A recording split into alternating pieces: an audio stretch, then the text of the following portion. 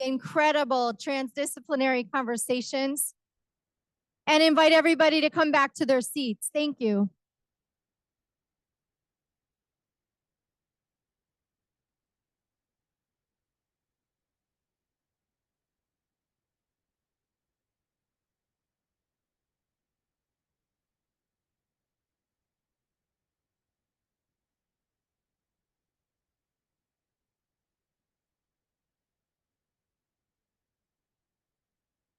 And then I'll introduce where we're going in the next hour. We're going to keep these conversations going just in another format.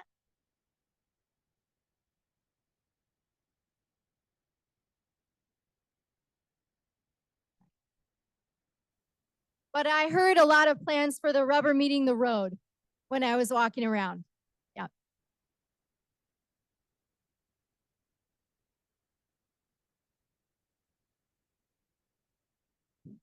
Thank you. And again, this is a reminder to connect.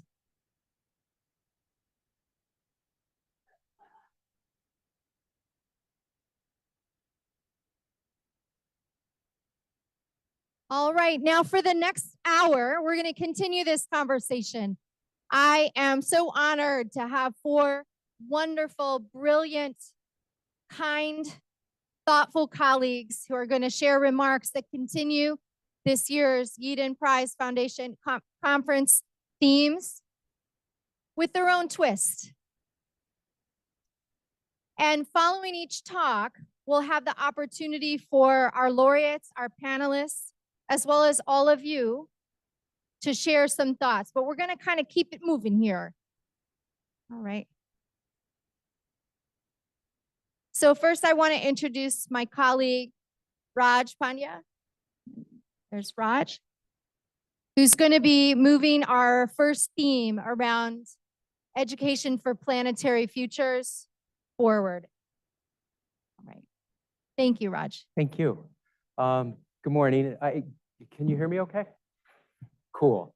First of all, thank you. It's a real honor and it's been a privilege to listen to all of the conversations. I got to admit, I'm a little scared about the fact that I'm going to say something and then a laureate's going to respond. I hope I don't say anything stupid, or maybe the stupid things are generative. Anyway, I'm lucky enough to be part of 2 different Global Futures Alliance, the Imagination for Futures Thinking in K-12 Learning and Education for Planetary Futures. And the through line for those is, or the reason I'm connected, that I'm interested in both, is this idea of how do we prepare people to have conversations with each other about the kind of world we want to create together and the tools we need to get to that world. I don't have the clicker. Thank you. So I actually want to start with this picture, which is not far from where my grandfather lives. This is Dharavi, which is one of the largest impermanent settlements in the world. It's in Mumbai, India.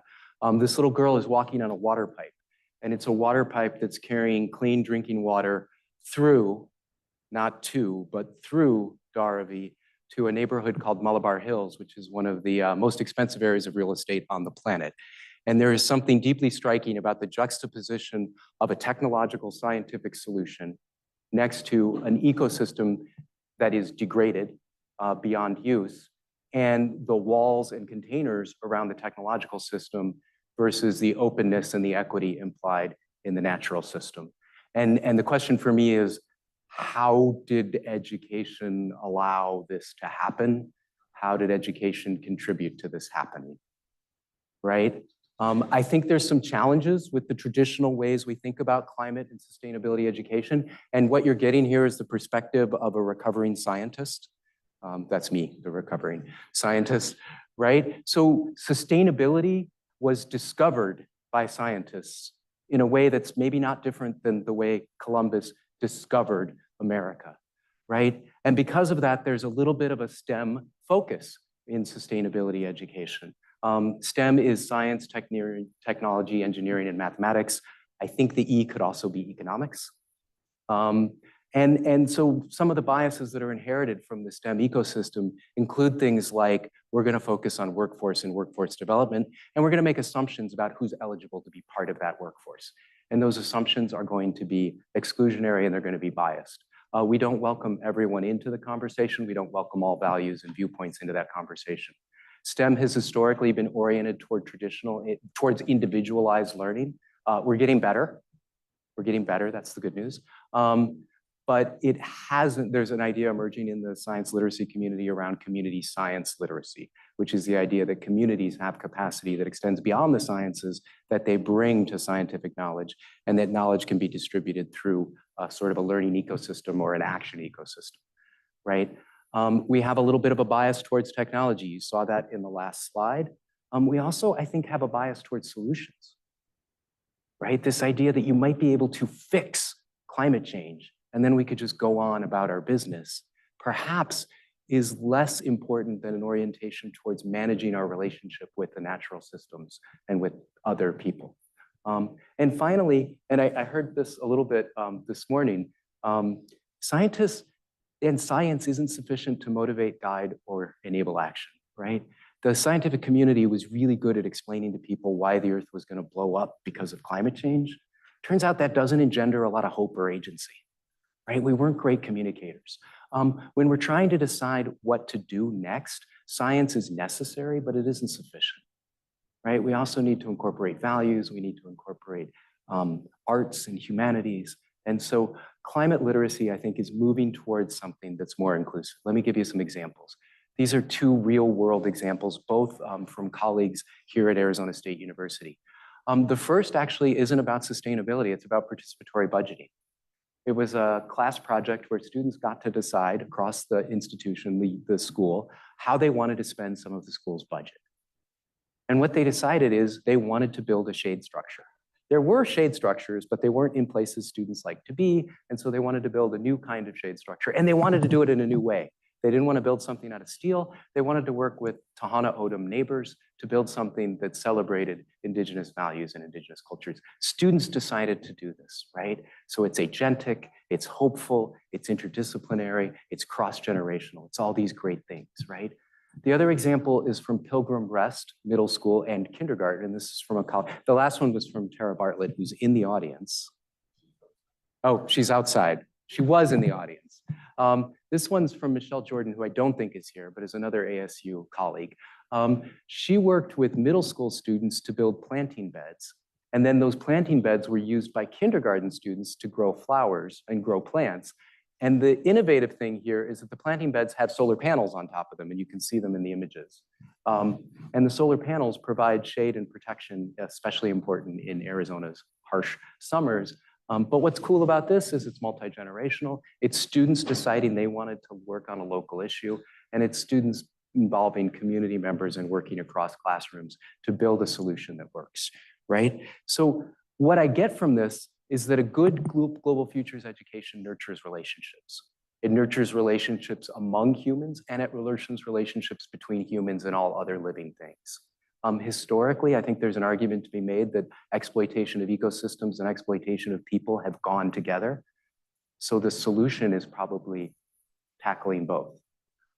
This kind of education participates in systems. These kids aren't solving a single problem. They aren't working in a single discipline. They're not working in a single classroom. They're operating in larger systems that extend across the school, beyond the school, that bring together many different kinds of knowledges.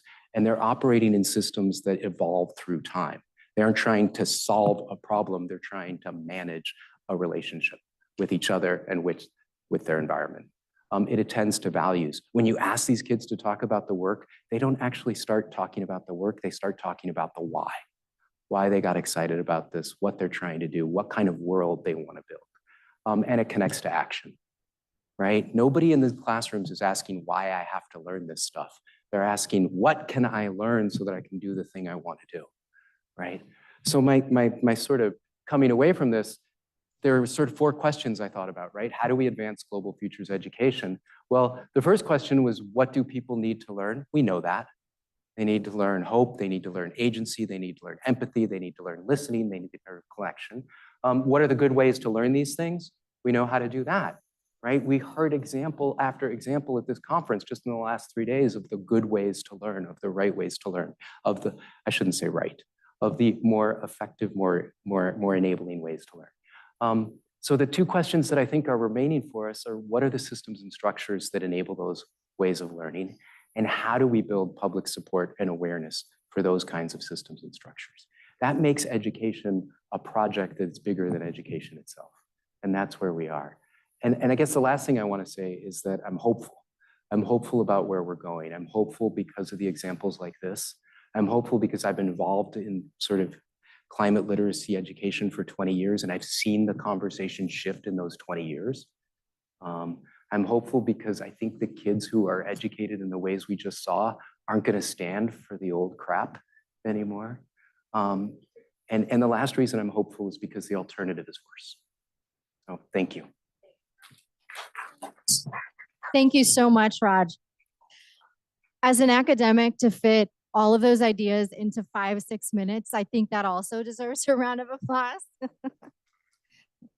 All right, thank you. So we have just a few minutes after each of our lightning talks. I'm going to invite any laureates or panelists to respond first to the ideas from Futures Gallery 1 or Raj's brief comments. And I'll open up also for 1 or 2 comments from everyone in the space. Got some mics I'll pass around for that as well.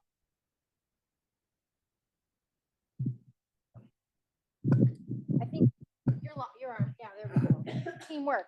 Well, thank you very much. This was really because in our working group 1 there, it's moved into a pretty pessimistic direction at the end. So I was very happy to hear you being more hopeful about this. And the one thing, of course, that we always struggled in this group is sort of what is the individual experience, the individual learning, or in the classroom and the group, and how does it add up to the macro level, to the political UN level. We talked about the Sustainable Development Goals.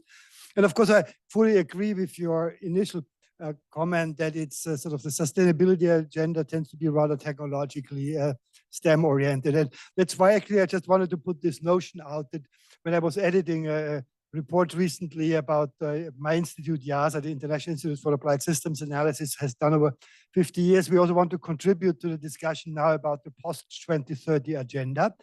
And we call it Systems Analysis for Sustainable Well-being.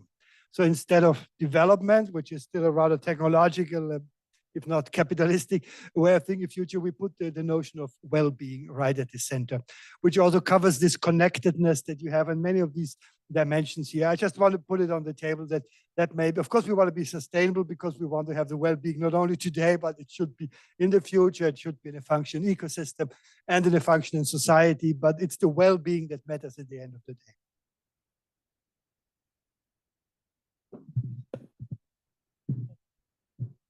Thank you, Wolfgang. Another comment? Is there one more comment? Great, thank you.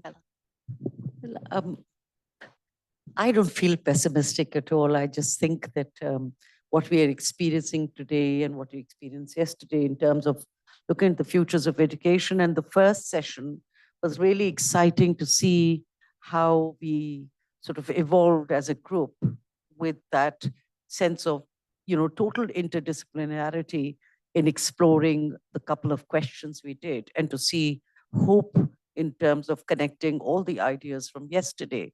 But especially, so that's that piece of the power of bringing people together from different disciplines, because the complexity of the issues requires just that, cannot be from a monofocal lens at all. And that's becoming more and more obvious. And, thanks to ASU and Yidan Prize Foundation for having done that.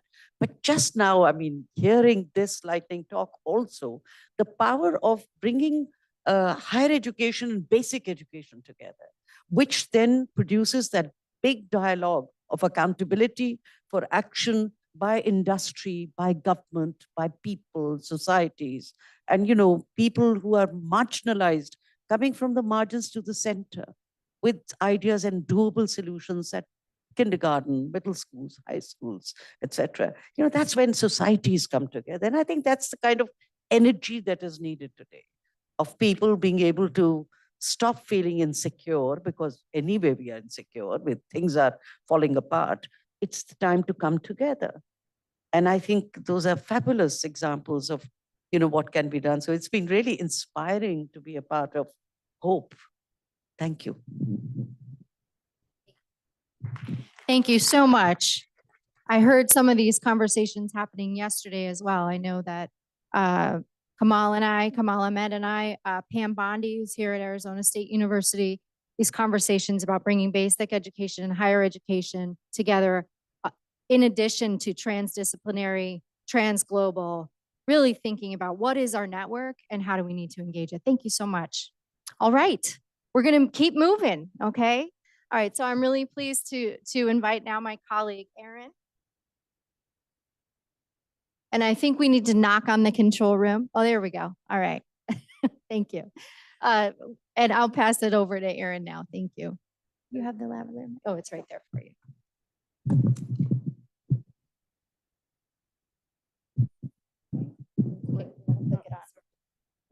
And as Erin's clicking into the microphone, I'm going to introduce Project Oasis, which is one of our Learning Futures Collaboratives that's co-led by Erin and by Kathy Hoffman. And we have other members as well, Deb Martinez and Rachel Flaherty. I'm excited for them to share, if you haven't had the chance yet, their model for imagining a world where special siloed education systems aren't necessary, that all students are recognized for all of who they are and get what they need and their goals met in spaces that are integrated. All right. Thank you. Can everybody hear me? Okay, I will speak louder. I'll take the teacher voice. Good morning. My name is Erin Rothram Fuller, and I'm an associate professor here at ASU, but I'm also really honored to be here with such big change makers in the field of education. And I'm representing our Learning Futures Collaborative, which is Project Oasis, which I co-direct with Kathy Hoffman. Oasis is optimizing access for students in schools, and we're broadly focused on supporting school systems in making change to support students with disabilities. Ultimately, we have a goal that we want to shift school systems so that all students' needs can be met in the school, regardless of disability labels. But we know that that's a lofty and long-term goal. How do I click? Green? Okay. We know that schools are an outgrowth of the needs of every society. And right now, I think we'd all agree we have some pretty substantial needs. But we want to stay focused on the values of education and what we want our students to leave with, to be both productive members, but also do that with compassion and integrity. We heard yesterday from some of the former award winners from the Yidan Foundation who've created these schools around access and high quality education for, you know, that whole idea of inclusion, even if everybody was working with different populations in different countries around the world. And so we have good models of what works, and we have to think about how do we make the broader strokes of what works from those systems and the other schools that we see that are really being successful with all students, and take those core qualities and adapt them for all schools. I see a couple of core tenets that stand out to me across these models, and we've used those as the foundation for some of our work here with Oasis. First, that culture of belonging, where all are welcome and have a place and a role, and they're not just co-located in the same place in that classroom. Second, true authentic connections between people in the space, and that's at all levels. When we think about schools, that's students, that's teachers, that's administrators, both within and across those levels. And finally, mutual accountability, thinking about agreement on goals and what we do to support people to reach them together. We do really have to think about what's important to us though, and what are those values that we do have that we want to set as those goals? Because right now I think we might be missing those. At Oasis, we try and create a culture of belonging. We have over 200 members so far, and that's everyone from researchers at ASU, students, we have policymakers, we have family members, schools, districts, community agencies that are serving individuals with disabilities, and even potential employers outside in the community that are all invested in this same interest.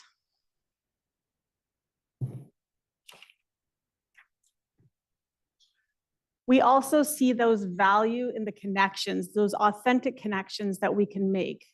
We provide trainings to districts to connect the university to the community. We look at the connections between those different sites in the community doing ongoing site visits where we bring our community members to specific schools and districts that are successfully supporting all their students in their schools.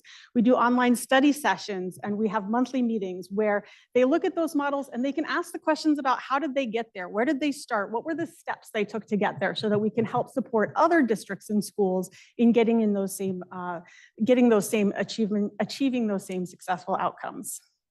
The models are not always good. They're not always perfect, but we encourage our members to share both the good about them as well as what's hard. We don't want people to just say, it works, it's great, and there's no problems with it, because we want people to really connect with that and be able to share their own challenges and be honest and authentic in those connections. And finally, we think about the accountability, that mutual accountability where you're both working together. We know the limits of standards-based assessments, and we see in the models yesterday what we need to think about and what we should be teaching and measuring to capture true success for all students. As part of our research within OASIS, we've been looking at partnering with districts and looking at their specific data and seeing what's working for them, and especially what's working for them for their students that have disabilities, different disability labels. Schools don't often have time to do that on their own. And so we take their data and we found some promising results, even with the couple of districts we've worked with so far. In one high-performing district, we found that they had less than 1.5% of their kids that were in self-contained settings, so a very inclusive district. And even in that district, there was one school that really stood out where students with disabilities were achieving 17-point higher scores on their standardized tests than all the other schools in that district. And so we want to take a deeper dive into schools like that to use them as models and see what we can do to help support other schools to get to that same level of success. I know my time is up, so I will leave you with this. In this time of change, we're trying to think more flexibly about getting back to the basics. What is the purpose of education? And especially when students with disabilities, we often see them fall through the cracks and not be seen as the potential to be productive members of our society. So we want to think about how do we get all students to that place where they are prepared for their role in the world. And they need to feel connected and valued, just like every other student. And we have to think about our systems and how we support all students in the school. And this is our task now. The OASIS LFC is hoping that we'll be there to champion districts during this time and build the capacity to further support districts in understanding their own systems and helping to adapt them to be more successful. While there are definitely a lot of challenges, our collaborative members definitely make me hopeful and excited about the future. Thank you. Thank you, Erin. I'll invite responses regarding Erin's comments and the topic of Futures Gallery 2, adaptive leadership. Great, thank you, Lucy.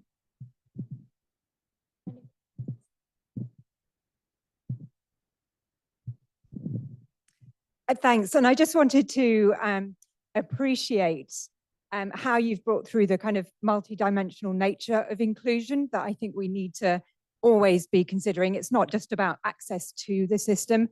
And, with some of the young people that we have worked with in CamFed, who are among the most marginalized, who are among the most excluded, there's that sense that even when they come into the system, that they're guests in the system rather than the system working for them.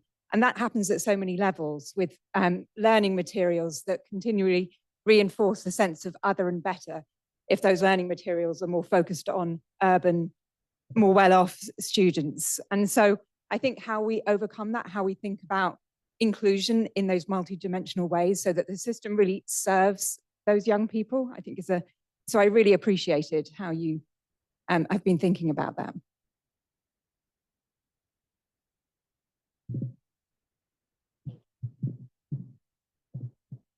All right, great. Rebecca and Marwa, yeah, let me run this to you.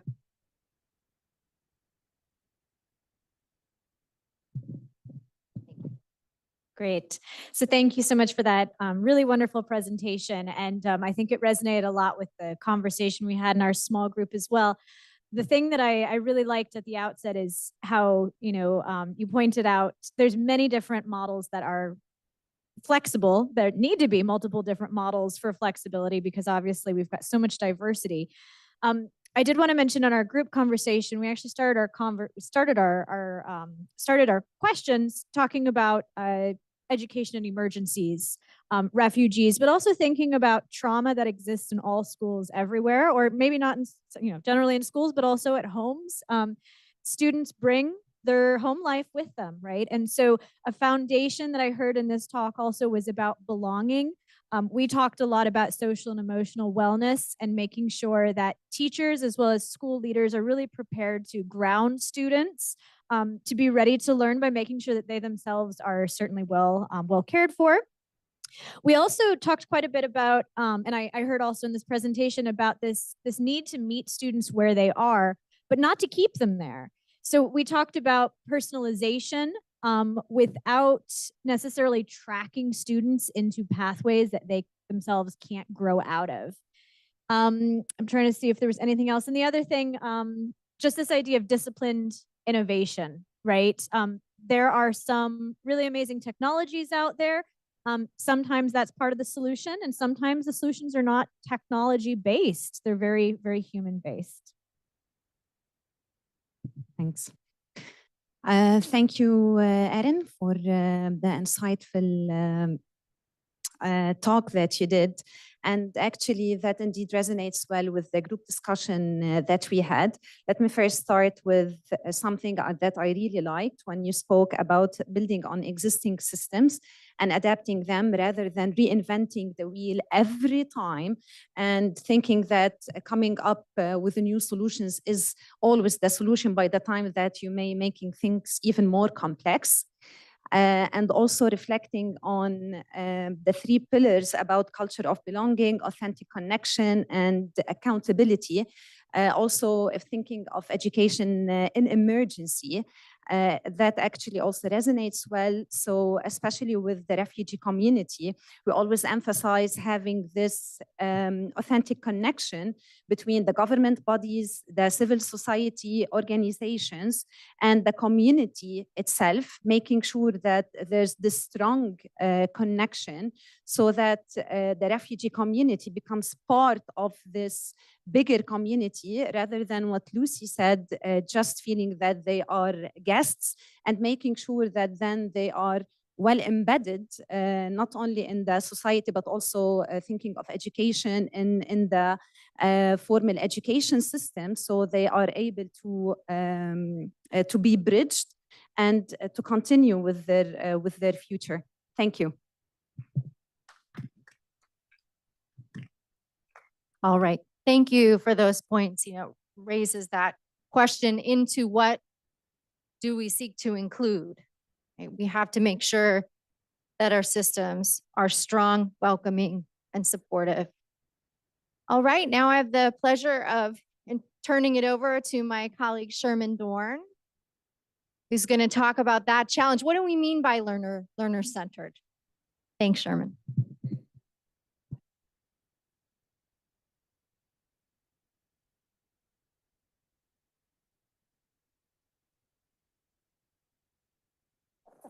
There.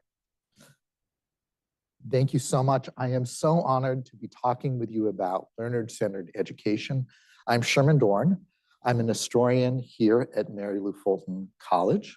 I am also a member of Optimizing Access for Students in Schools. And my current project is the history of educational broadcasting in the US since 1945.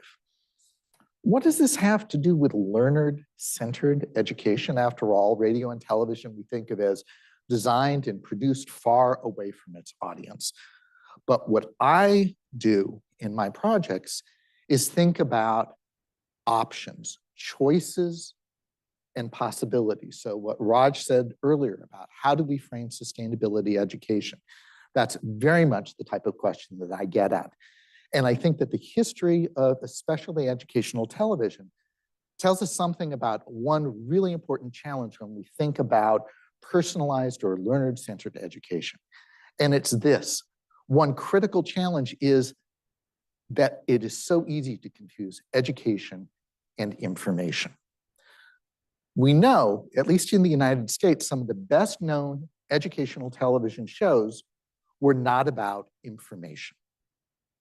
Julia Child invented the role of chef as educator on TV.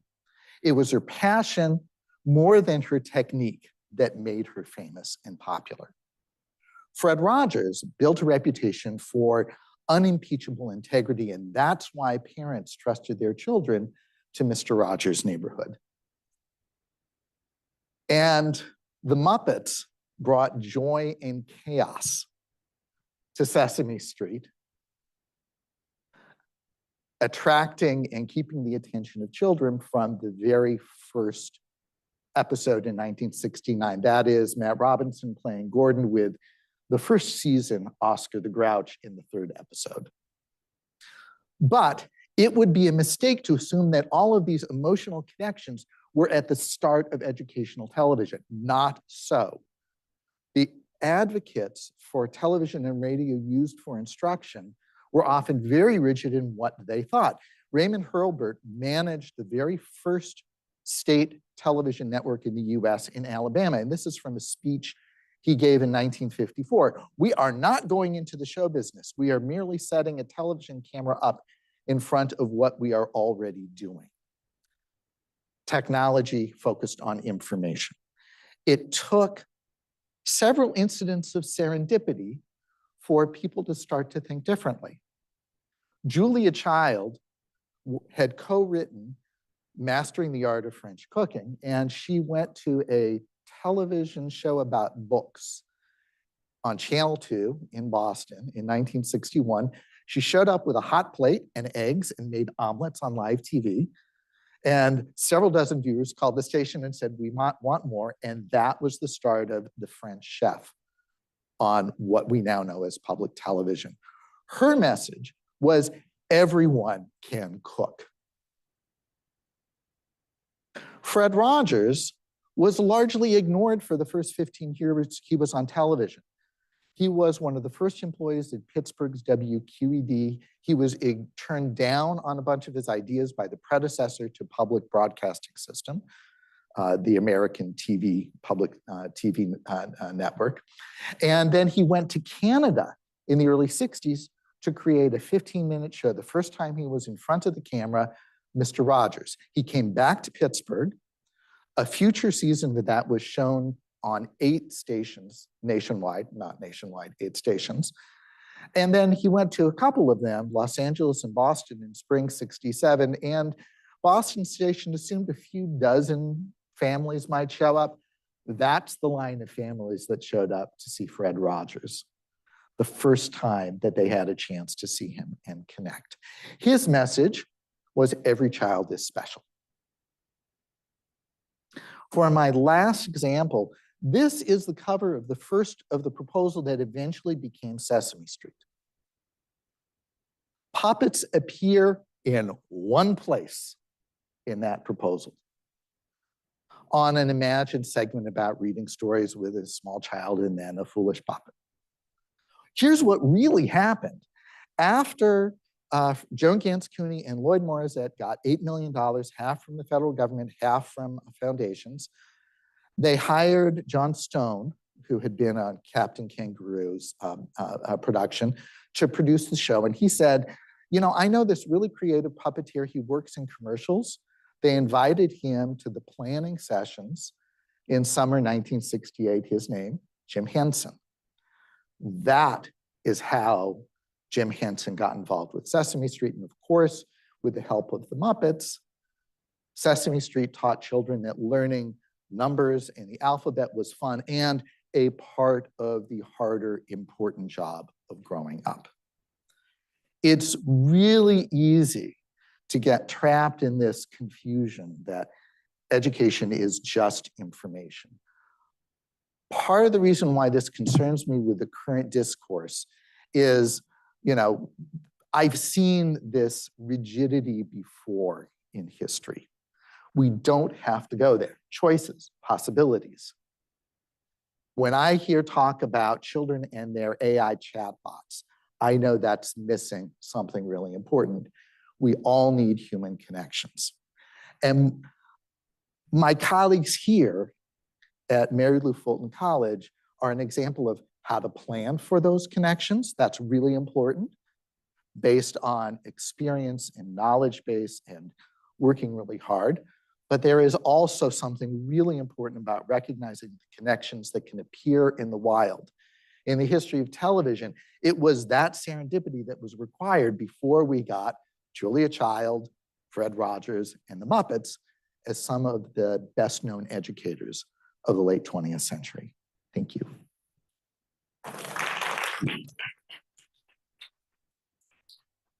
3 cheers for transdisciplinary work, right?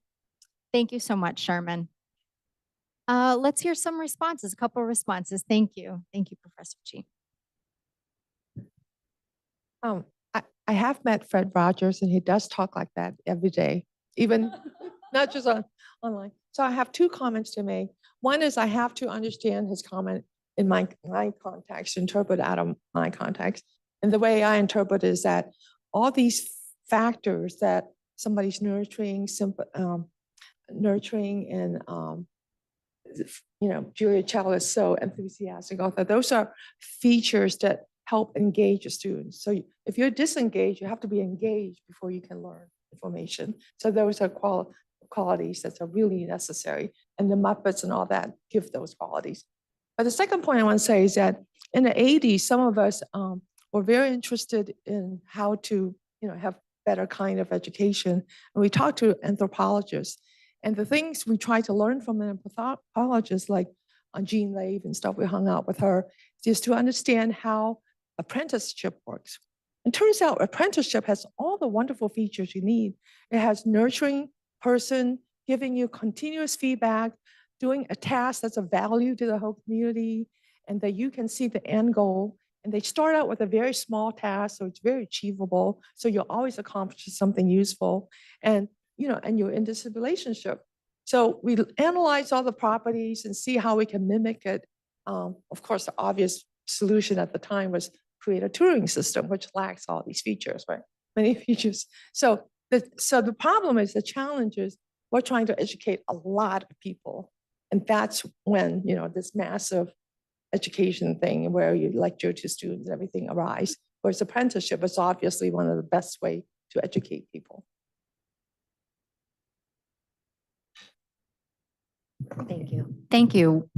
Thank you. We have time for one more comment in response to Sherman's talk. Thanks. Thanks, and great talk.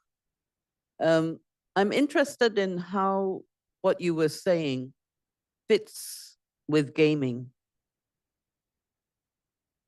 We see that in certain parts of the world, children are spending a lot of time living in games.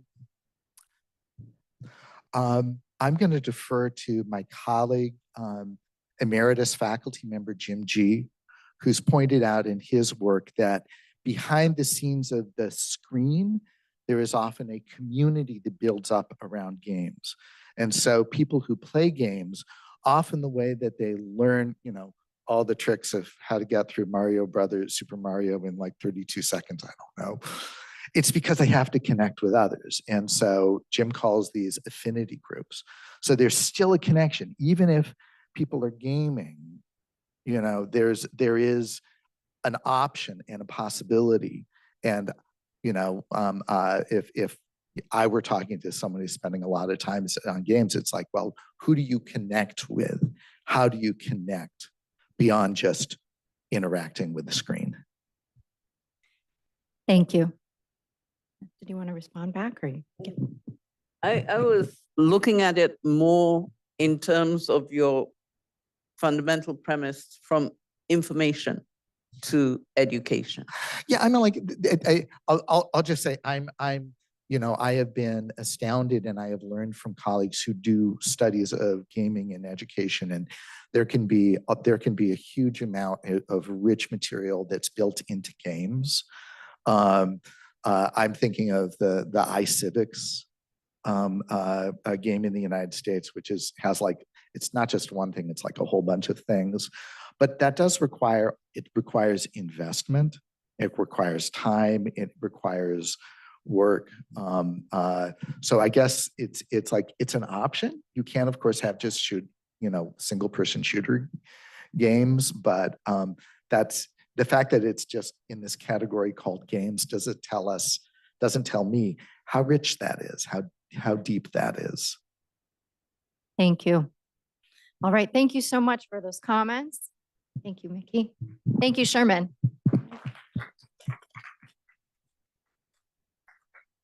Okay, and right on schedule, which is always, I think, the hardest part because there's so much to talk about. I'm going to pass it over to my colleague, Janelle White-Taylor. Who's going to talk with us about the conversation in Futures Gallery 4 from your own vantage point. All right, thank you. I think I've just turned it on. Can you all hear me? Okay. Good morning. I am very excited to speak with you today.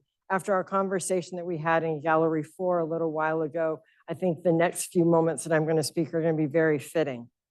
Today is also National AI Literacy Day. I don't know if you guys knew that, but it is National AI Literacy Day. So in that theme, I'd like to share some ideas and some thought-provoking questions about generative AI and the future of education. Here we go. Let's begin with a question. What if we're thinking about AI all wrong? Too often the conversation around AI integration and in education is framed around fear. Will it replace teachers? Will students cheat? What if it's not about replacement or shortcuts?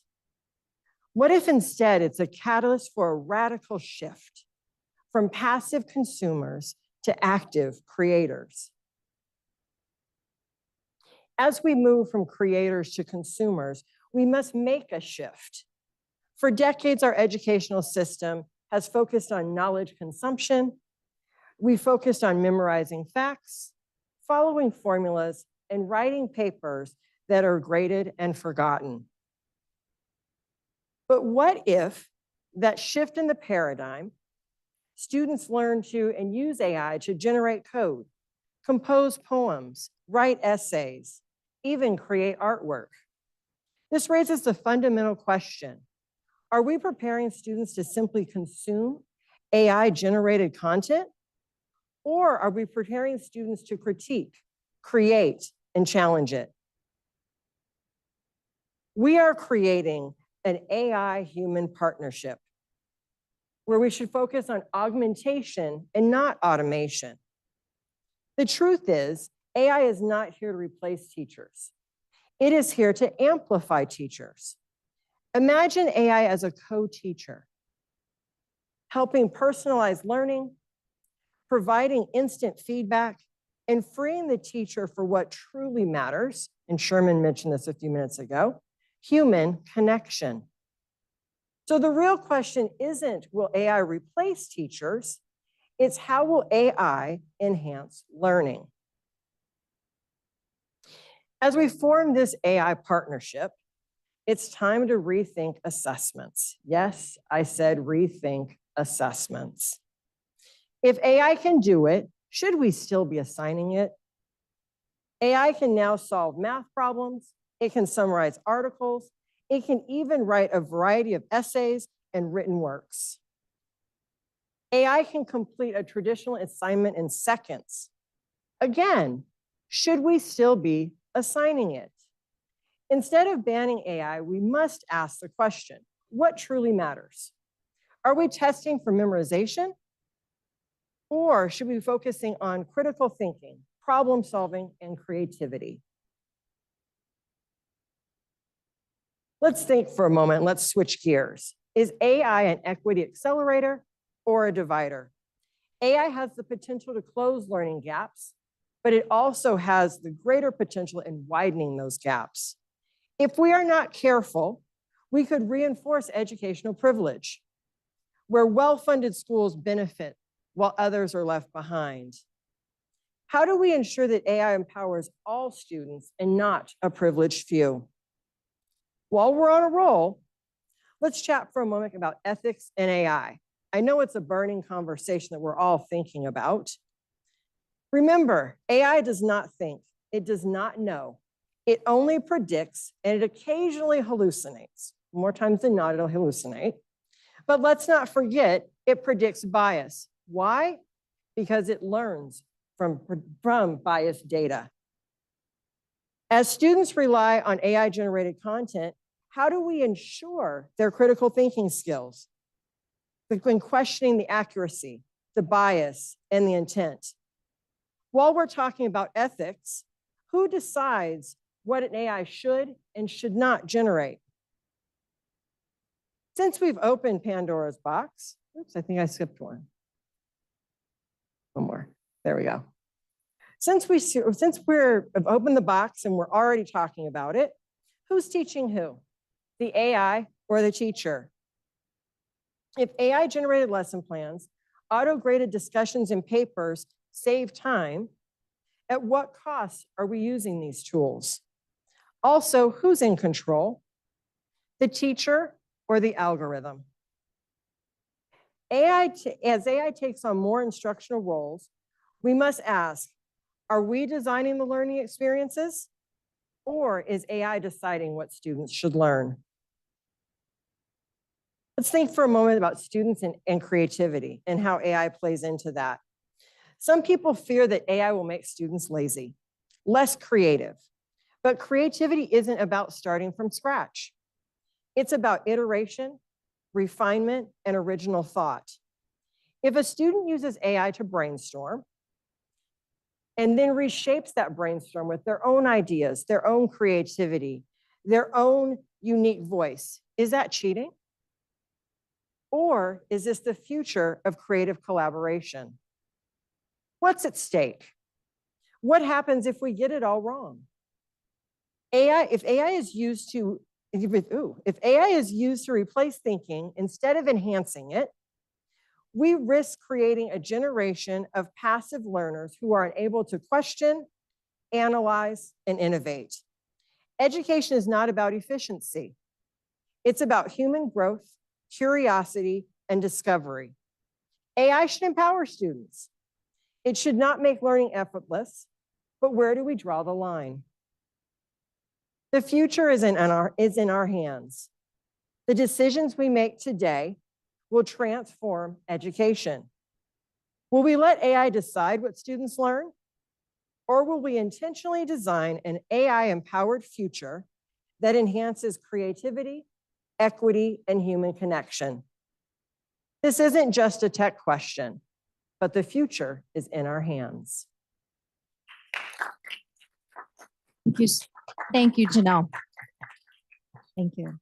All right, we have a few minutes for some responses, some comments. Start with our laureates, our panelists.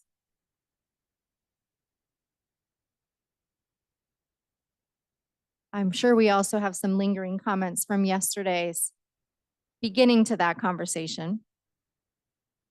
Is your hand? Okay, I thought I saw that tentative hand movement. Thank you.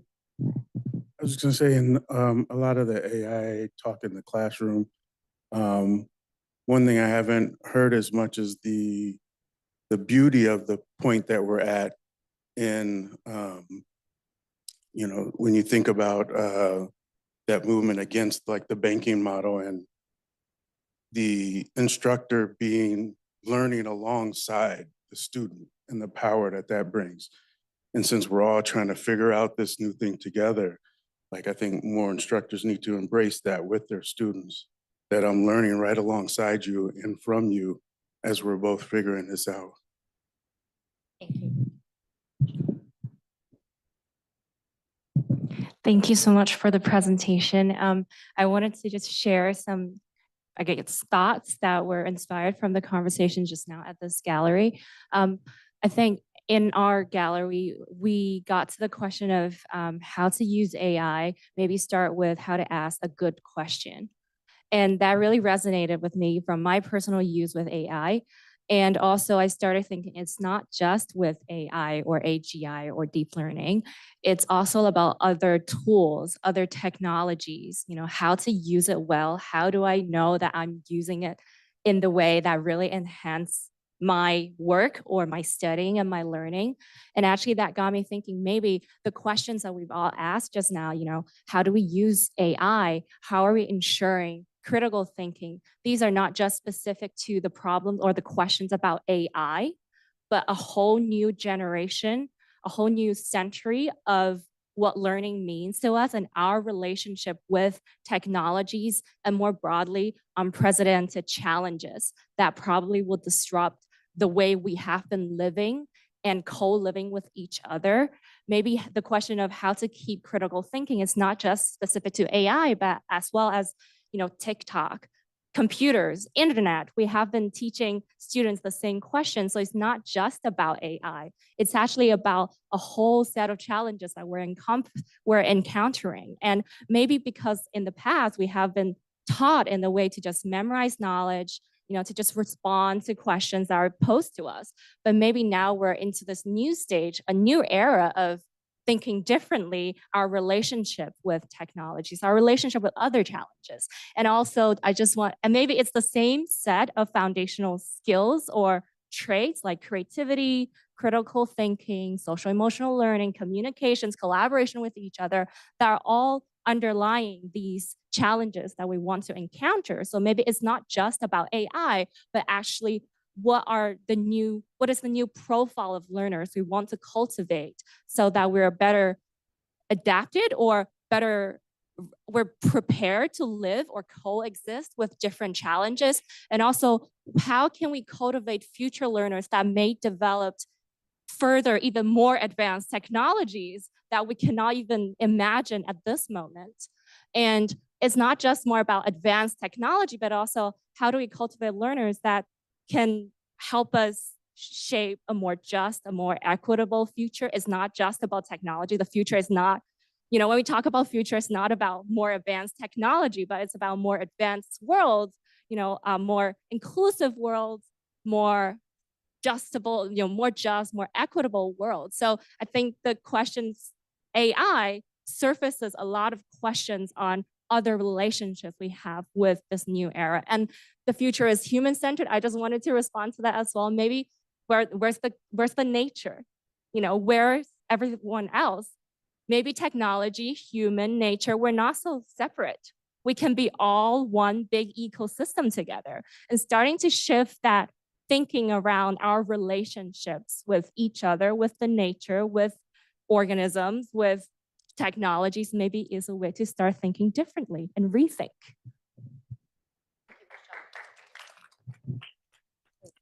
I'm going to pass it back to Kwame, and then we'll close with Mickey's comments. You can close us out unless you had something you want to directly connect. Your choice. Yeah, they're both. Well, I'd love you to close us out. Yeah, thanks, Mickey. Thank you, Kwame. Thank you very much. I wanted to bring up an issue which we didn't discuss in Gallery 4, but I think came from it, and I had a discussion with Tracy about it. The impact of AI technologies on teachers and teaching, especially in the Global South, and the threat to the teaching profession. Currently in the Global South, because of the learning crisis, a lot of teachers, the solution to the problem that is being proposed is through giving teachers scripted lessons and things that they can deliver to achieve the goal. AI can become one of those things that are used to solve a problem that bypasses the teacher. And that is a real challenge. If you think about in Africa, many governments spend about 70 to 80% of their budget on teacher salaries. And if somebody proposes that actually you don't need to spend 70 to 80%, you can have some kind of technology that's the way with this, can help your children learn. You don't really need as many teachers. Now, I think this is something that we have to confront, the role of teachers in the use of the technology. And also be careful that we don't lose that human contribution that teachers bring, and be aware of the potential for this technology to be used to deprofessionalize teachers and to solve a problem that would be attractive to to governments and systems and states who think that this is a quick fix to the problem of learning. So I think this is something we need to throw into the discussion and to reflect on. Thank you. Thank you.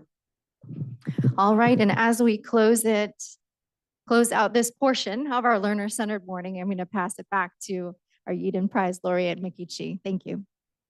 These are just thoughts I just thought about, which is that when we look for information, AI is just giving information back to what Sherman says. So it's just information. It's just that now we use them because we're seeking that information so that that information is helpful to us. However, we do have to digest the information, right? We have to learn that information. And I've noticed for myself, if I'm seeking information that I don't know anything about, such as some health or nutrition, I accept all the information because I have no way to judge. But if I was seeking information that I know a lot about, like student-centered learning, then I don't agree with what it says. So, but we forget that this is information we are getting, but we still have to digest it. And we're getting it because we need it right now for homework assignments and everything else. That's why it's been so useful. All right, thank you so much to everyone for participating, for being part of our connections today. Thank you. Thank you. Thank you. Okay, I'm going to pass it over to Associate Dean Betty G. Thanks so much, Kathleen. And let's hear another round of applause for Kathleen in particular for organizing such an amazing and engaging session this morning. To all the lightning talk speakers, the laureates for responding, to all of you for engaging in such a wonderful conversation today. So round of applause again for all of you. So, and for Kathleen, the speakers. So it's hard to believe, but I'm here to introduce our last speaker of the conference. I couldn't be more excited. I think Ron is the perfect person to wrap up this really exciting day and conference in terms of the issues we've been discussing and to leave us, I think, with some hopes and possibilities, which is one of the things that Ron is really good at. Let me first introduce him. Ron is a colleague of mine here in Mary Lou Fulton College at ASU. Let me read through some of his academic credentials so you know a little bit about that. Ron's work explores human creativity, generative AI, and the possible in educational settings. He has served, among other roles, as the editor for the Review of Research in Education, book series editor for Creativity Theory and Action in Education, and has served as editor-in-chief for the Journal of Creative Behavior and as a creativity advisor for the Lego Foundation and the Cartoon Network. Like, how cool is that? Ron is also a fellow of the American Psychological Association, the Society for the Psychology of Aesthetics, Creativity, and the Arts, and a fellow of the International Society for the Study of Creativity and Innovation. And his list of awards go on and on, but I think I've established his academic credentials. But I think what you'll see in his session too is that his experience and his abilities in the area of creativity, possibilities thinking, extend to his actual work as an educator and as an engaging speaker. So with that, Ron, I'll turn it over to you.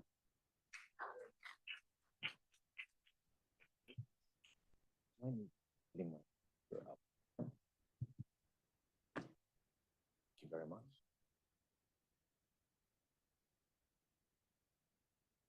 This will be great. Well, thank you, Betty, and thank you. It's an honor to be here as part of this conference.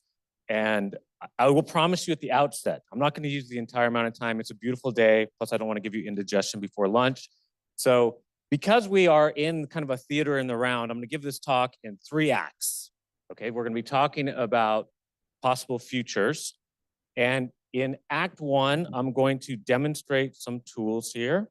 Let's see, are we, let's bring the display.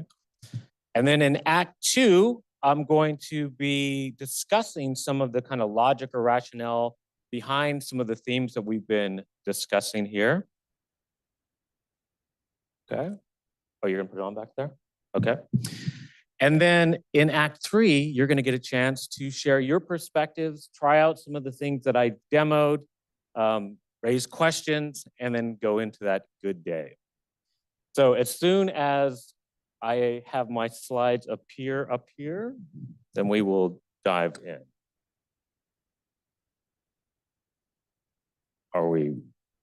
This is the joy and pain of technology, right?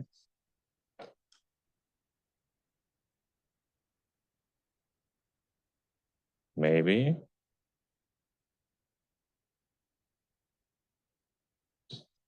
Okay.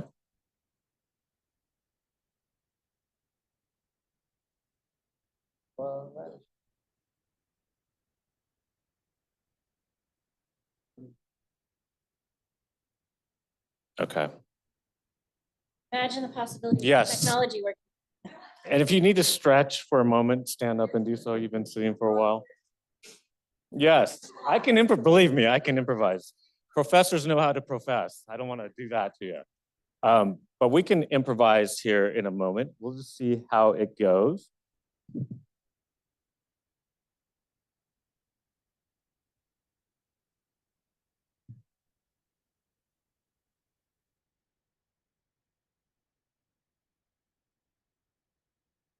Display is connected. Okay. There we go. Okay.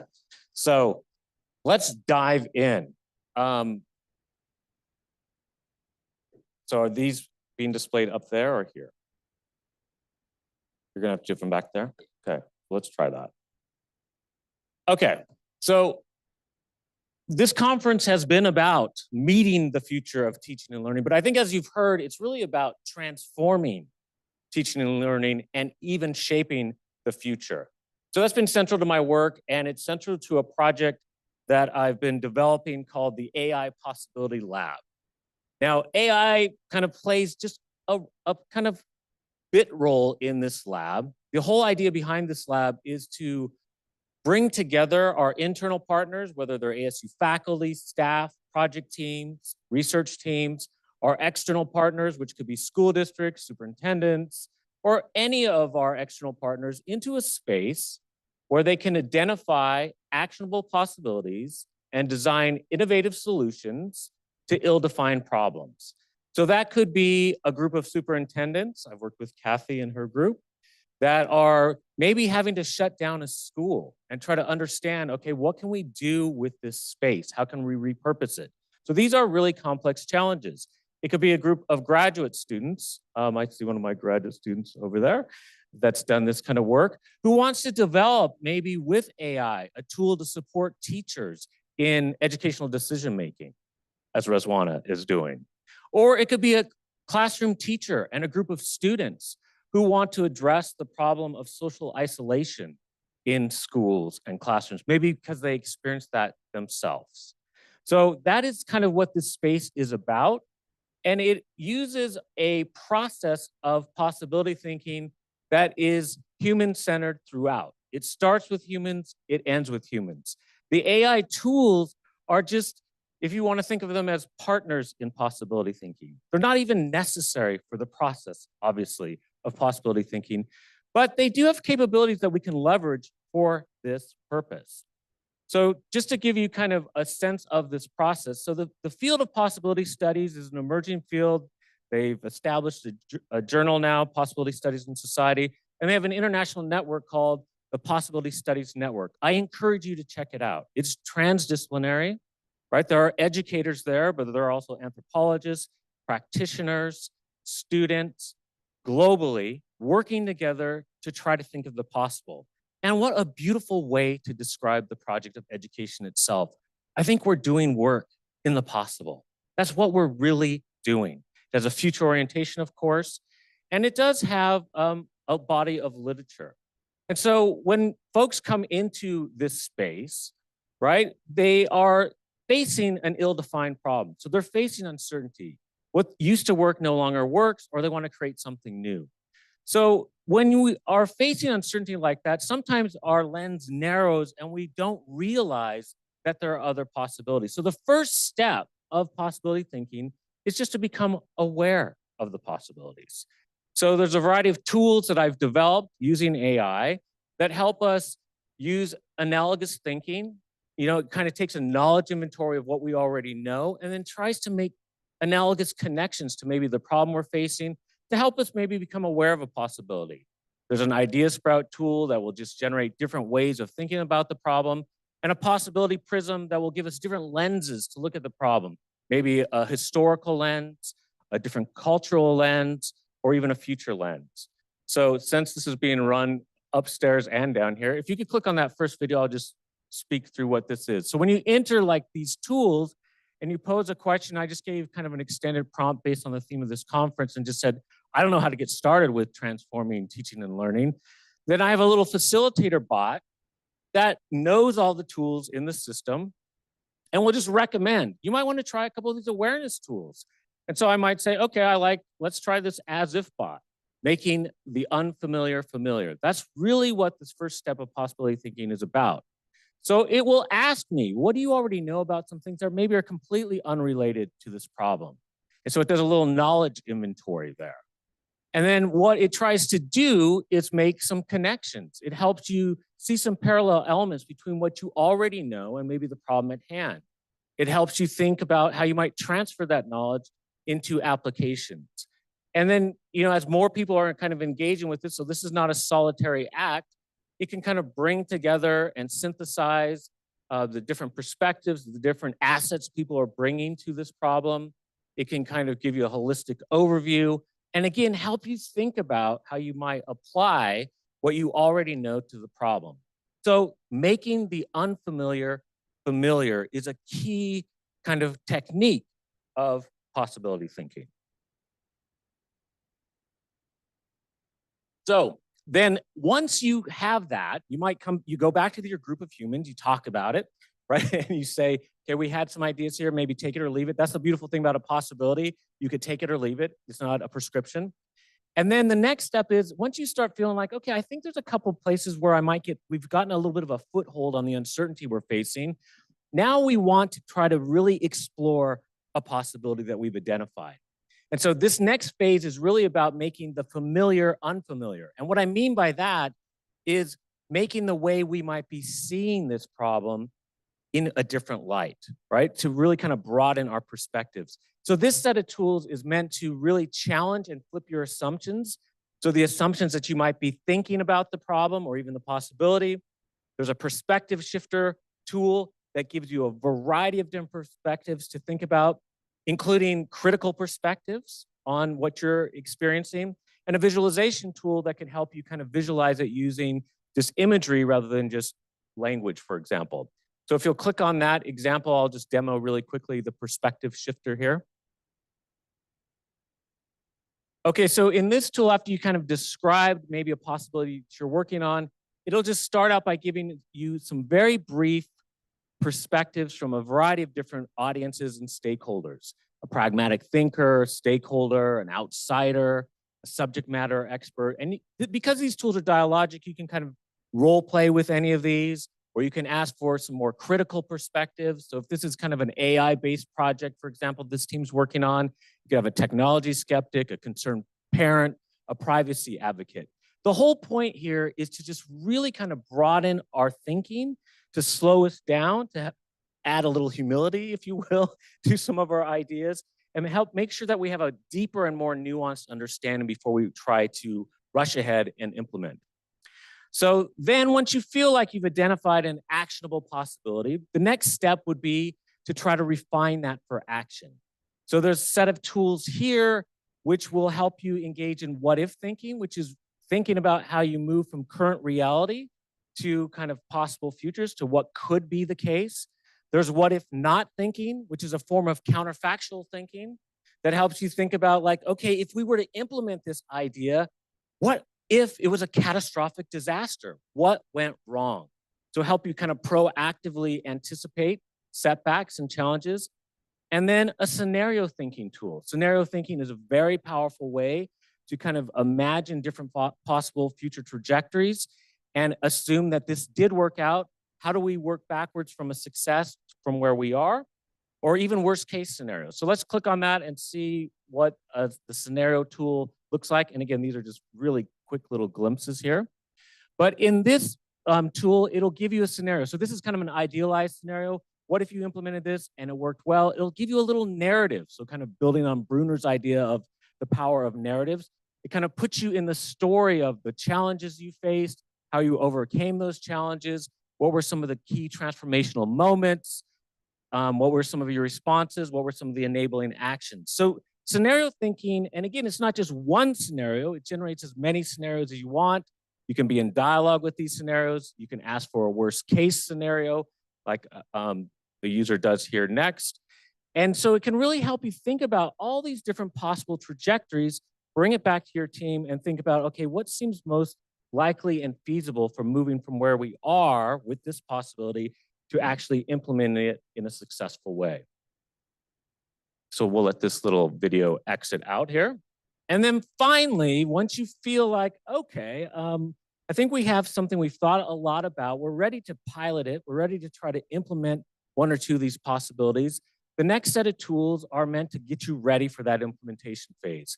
So there's a feasibility planning tool that'll help you really contextualize it to your context.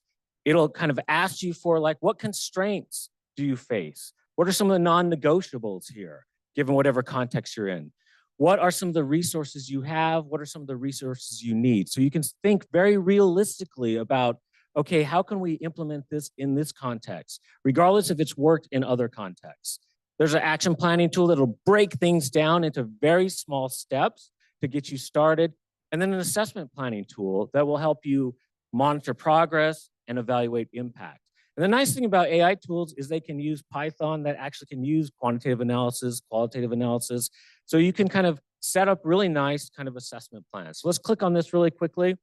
So assuming this is a community-based project, we're student-driven using AI, it uses these little planning-like canvases that I've developed.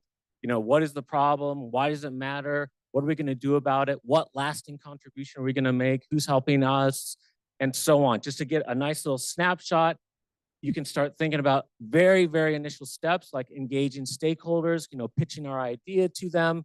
It has the visualization tools where you can visualize, okay, a decision tree if that's what you want, or maybe a timeline. So these again are just little tools to support, to augment the process that is being driven entirely by humans. Okay, next slide, please.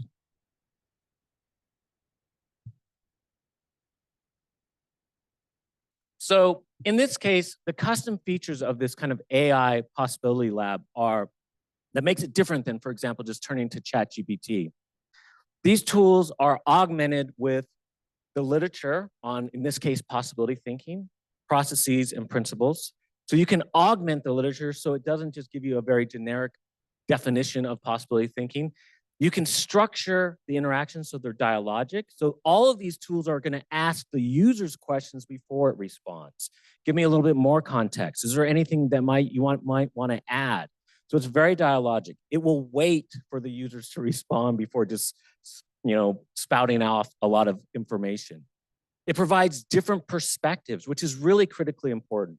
When we turn to tools like ChatGPT or Gemini or any of these tools, and we share an idea, they often just say, what a fantastic idea. Well, of course, that feels good, of course, but we also want to hear a kind of contrarian view, a different perspective that pushes our thinking. So these tools are meant to do that. It uses question-based feedback. So I've kind of steered these tools that I say, do not give direct answers. Always ask what if questions. What if you thought about it this way? What if you thought about it that way? And then it's focused on supporting human agency and ownership throughout the process. Now, before we move to the next slide here, I just want to demo, I'm going to do a live demo. This is always dangerous. I'm going to live demo a tool because when I've been working with teachers and research teams, for example, and they want to be able to just have the possibility thinking tool in their pocket and be able to just use voice to voice. So a lot of the voice to voice models now are becoming increasingly accessible and can be used in customized ways, including open source models that you don't even need the internet once you've downloaded on your device or your computer. So I have a little kind of prototype of a possibility thinking tool just to show what this looks like. So you can imagine a teacher working with a group of students around the classroom, And just the teacher is facilitating this process. They're engaged in, maybe designing a project to address social isolation in middle school. And they just want to turn and get some ideas, challenge some of their assumptions using one of these tools. So we're just going to kind of role play that. Let's see how that goes. Are you there? Hey, I'm here. What's up? Let's engage in some possibility thinking.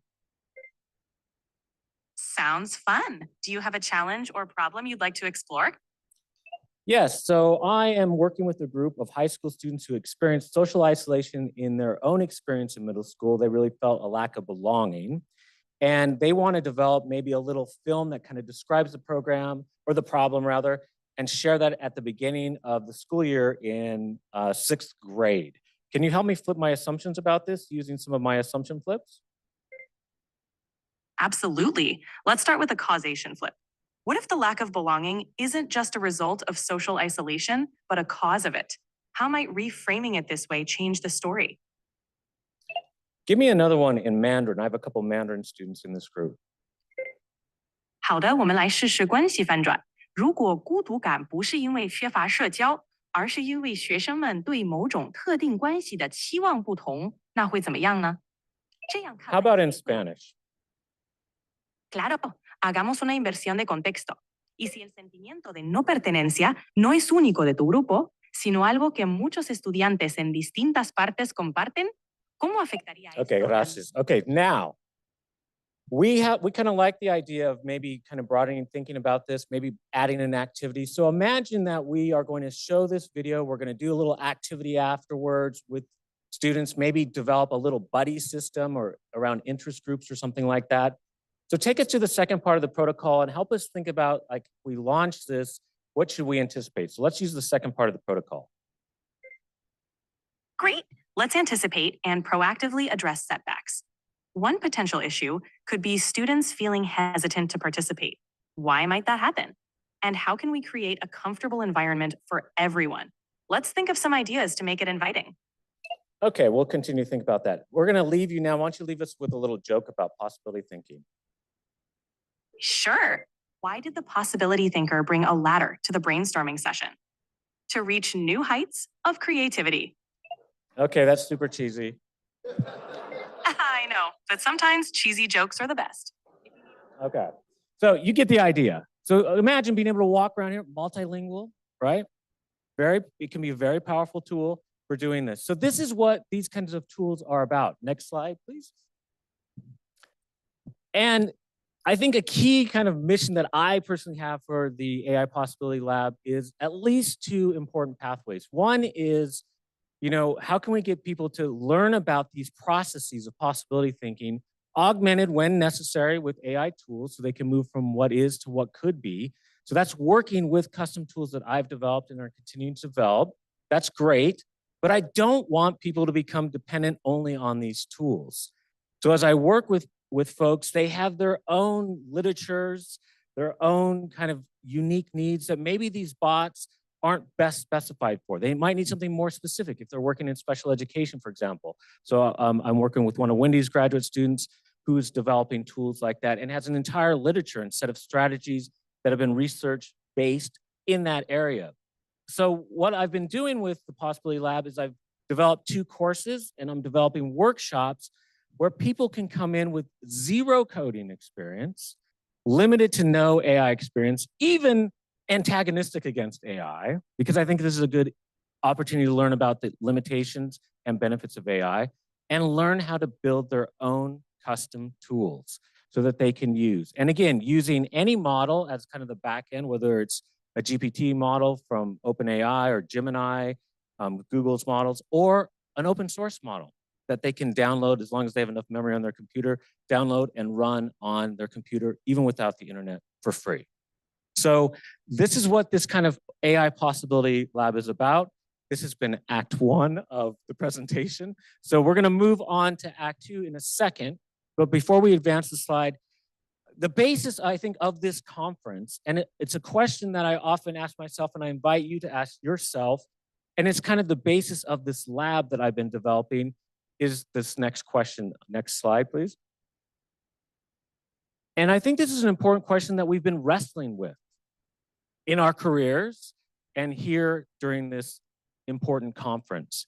And that is, what kind of education do we owe to our current and future generations of students? And I ask this question whenever I work with a team or work internationally, and you can imagine you get a lot of different answers. But interestingly, they do tend to kind of coalesce around, next slide, this response. Oh, I guess I can drive the slide, sorry up there. So one, that prepares them for the future, which makes sense. Education is future oriented, right? So preparing for the future is great.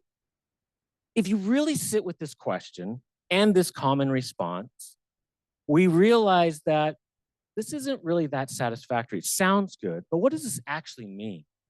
So I took a deep dive in the future studies literature, and the first thing you get confronted with is the idea is there is no such thing as the future.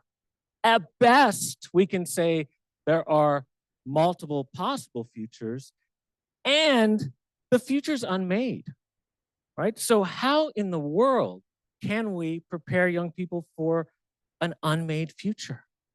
So this is kind of an educational paradox that I explored in my book, Uncertainty by Design. I apologize for the shameless plug of the book. Forget about that. Let's focus on the paradox. The paradox is this: if the future is unknowable, and it is the theme of this conference, and education can only occur in the known present, then how can we prepare students to realize possibilities of unmade futures? This has echoes of John Dewey. Dewey raised certain similar concerns and cautioned us about how we move forward in this project of education. Of course, it hasn't stopped us. I would say one way we've resolved this is we've engaged in this kind of Faustian pedagogical bargain. We've made this agreement, just like Faust, to trade away the uncertainty, risk, and I would think important benefits of trying to prepare our students for possible futures for the comfortable predictability of educating them for foreseeable ones. And so this has been kind of distilled down into this logic of, this is kind of the pedagogical design logic of the most prototypical form of education globally. And you could call it backwards design, whatever you would like to call it. You start with known knowns. You specify learning objectives, support attainment of those objectives as best you can, rinse and repeat. Okay, now, I'm not disparaging this. I'm not saying we need to get rid of this. This can be effective. Students, in order to get competent in any domain or skill, need to know what has come before, of course. However, the challenge with this is knowledge is dynamic. It's not static. That model would be a little bit easier if we just had a fixed body of knowledge to teach students, but it's constantly changing. And that causes a little bit of an issue. Just to give you kind of a little visual illustration of this, let's just you could take any domain you want to think of. I'm just going to give you one domain. Let's say biochemistry. Okay, so take any domain, take some core facet of that domain. So in biochemistry, something you need to really understand are metabolic pathways. Okay, that's just a little topic in this one domain, and students are learning multiple domains. Here's a little visual representation of metabolic pathways. That's all you need to know about metabolic pathways. And by the way, this has been updated since 1965. You could zoom in there. I mean, that thing is incredible. I mean, that's an incredible visual. Anyway, but I think it kind of really illustrates in a metaphorical way the challenge of how much information we really need to learn to become experts or even just to become competent in domains. So we could spend every waking moment of school teaching students subject matter. I'm not saying we shouldn't be teaching subject matter, but I think we can balance it. What if we balanced it with some experiences to use that subject matter in creative ways, to put their learning to use, to learn how to engage with uncertainty, develop their stamina with that. So when you see something like this, a lot of people think, well, what about AI? Is AI the answer to this huge problem of knowledge? I mean, we've heard, and I think there is some truth to AI is pretty good. I don't know if I'd say great, even though I put that on that slide. Good at summarizing, finding patterns. It's certainly good at providing polished responses that are very persuasive to students. But the problem is, and as Mickey brought up, if you have domain expertise and you look at these responses, there might be some things in there you're like, that is pretty good. But you'll quickly realize like, there's something missing here. There's something obscured. There's something perhaps hallucinated in this response. There might be something completely inaccurate or biased. And that is the kind of ironic rub of this all. You actually have to have domain expertise to be able to understand what is being produced back to you, right? So should that stop us from educating for possible futures? I just think we need to help young people partner with domain content experts. I think that's how we don't wait until someday to let students do things. We connect them. But let's kind of move forward with this. And we heard this in the last presentation, some of these cautions, but I think it's worth stressing. Gen AI is not a glorified search engine or answer machine. Even though it does predict the next token, that's how it was trained, emergent properties resulted from these tools. And I think we are not leveraging those emergent properties when we just treat it like a search engine. And why do we treat it like a search engine? I would say because of that model of educating for likely futures, just try to move through content as quickly as possible. But it's also a problem with the companies. The way they've designed the interface looks just like a search engine. And if you look at some of the prompts that are baked in there, it says, what do you want to know today? What do you want to know? How can I help you today? So no wonder we use those as search engines. But that's the problem for the reason I specified. Unless you have domain expertise, you won't know what you're getting back, whether it is accurate, whether it's nuanced enough, whether it's useful enough, right? And as Mickey also brought up, if you go outside your domain, then sometimes you can be persuaded just because it's a very persuasive writer that, okay, that sounds like a good way to make a souffle, I'll go with it, right? So I think it's important caution, but the huge danger of this in our current model is I think we're racing towards becoming digital puppets. Again, I think this was kind of anticipated in the previous talk we just heard. This is a real situation. Students using ChatGPT to complete their assignments, teachers using ChatGPT to grade and provide feedback to their students. And again, I think the previous presentation hit this right on the head. AI is just speaking through us as if we are the puppets. The AI is not the puppet. We are the puppets of AI. That is not what we want. And I think we need to change that.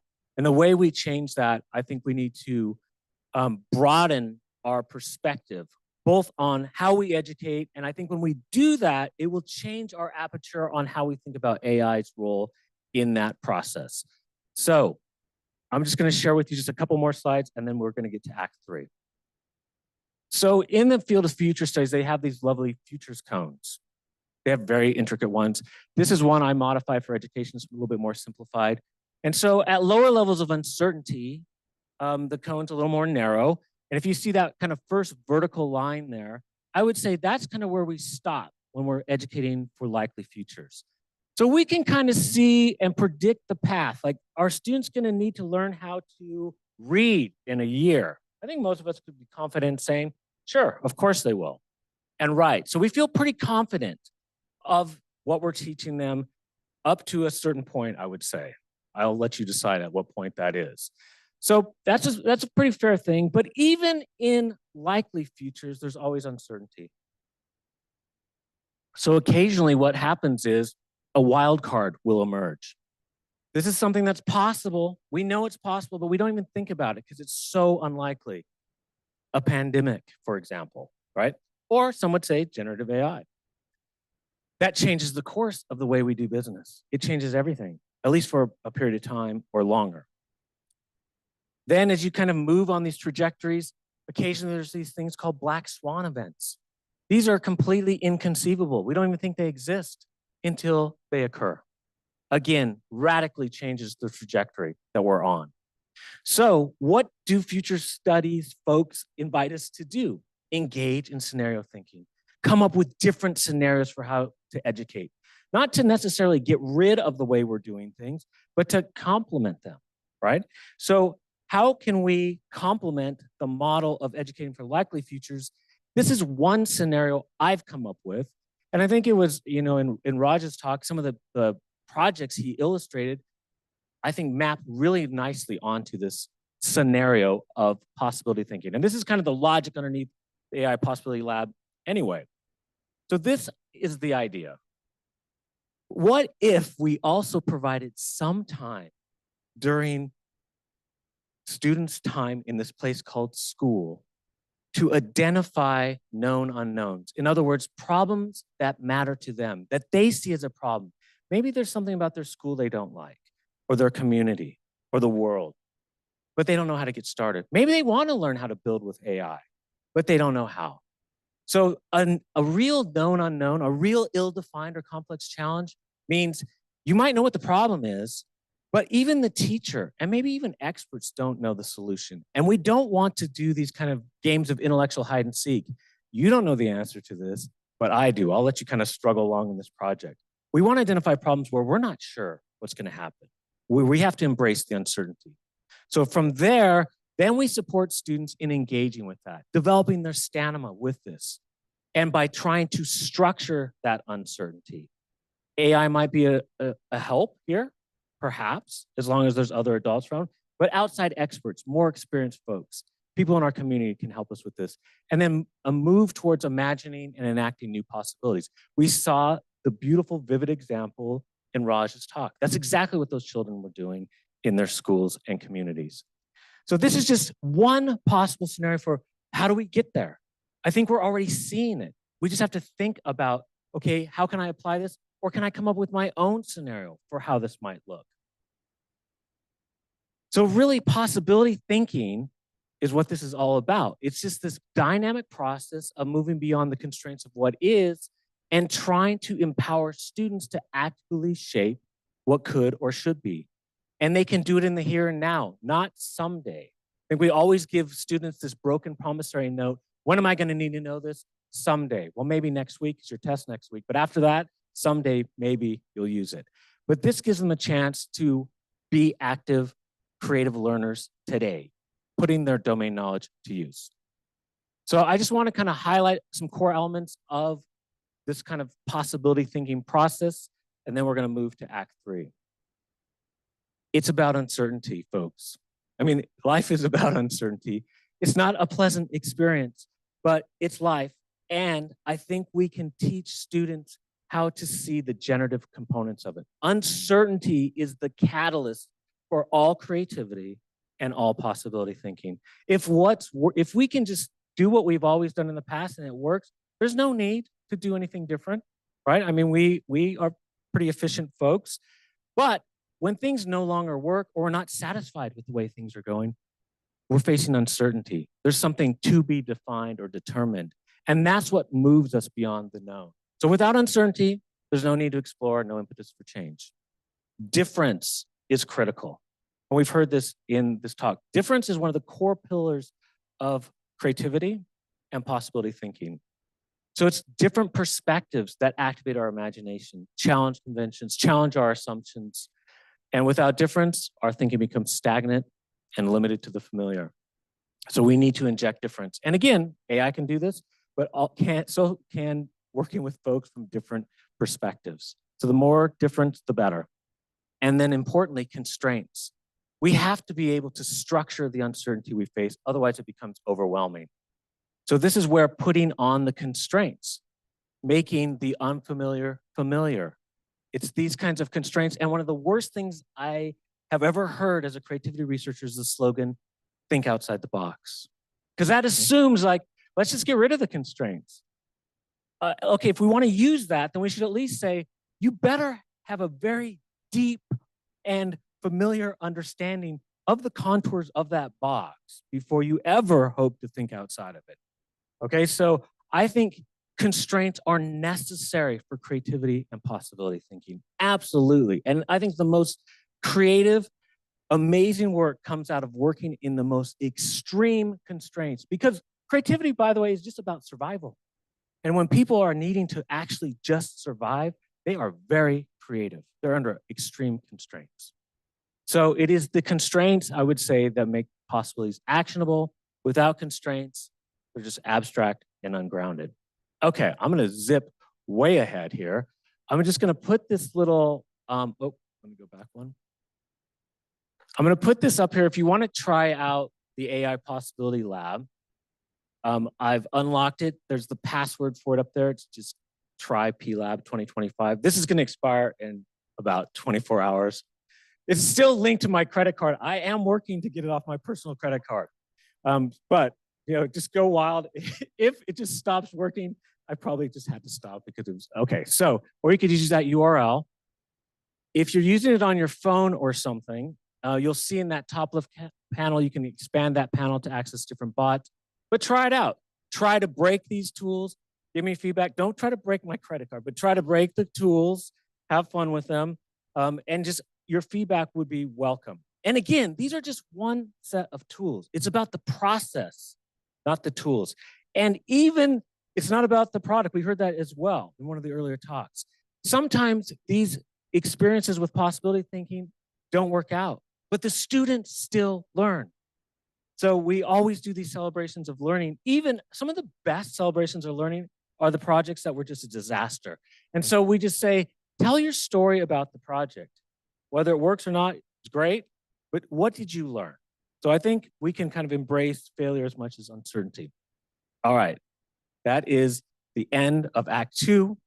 Act 3 is about you. I'd love to hear your comments, questions, concerns, fits of rage. I'll give you time to play, to interact, and then it's such a beautiful day. You can go out there as well. But let's open up a few questions, comments, thoughts.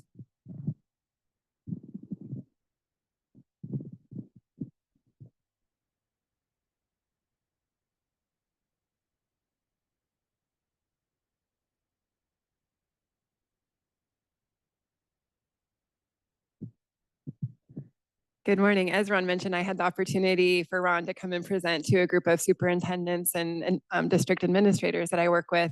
And they got to play around with the AI bots. And it was really wonderful to hear how they utilize this and the questions they were asking. And like during our exercise, one of them uploaded a presentation she was working on to present to their school board on a proposal. I can't remember exactly what it was about, but she said, I'm already making edits and changes based on the feedback and thinking about the different stakeholder perspectives. So I just wanted to acknowledge how useful this is, especially for education leaders to be using this to augment their work. Thank you, Kathy, for that. Yes, and I mean, yeah, I think she put in there like angry school board member maybe as a perspective to anticipate, right? To anticipate, okay, what are some challenges we might face? And she was able to make some adjustments, which was kind of cool right on the fly. What other ideas, thoughts, concerns, possibilities?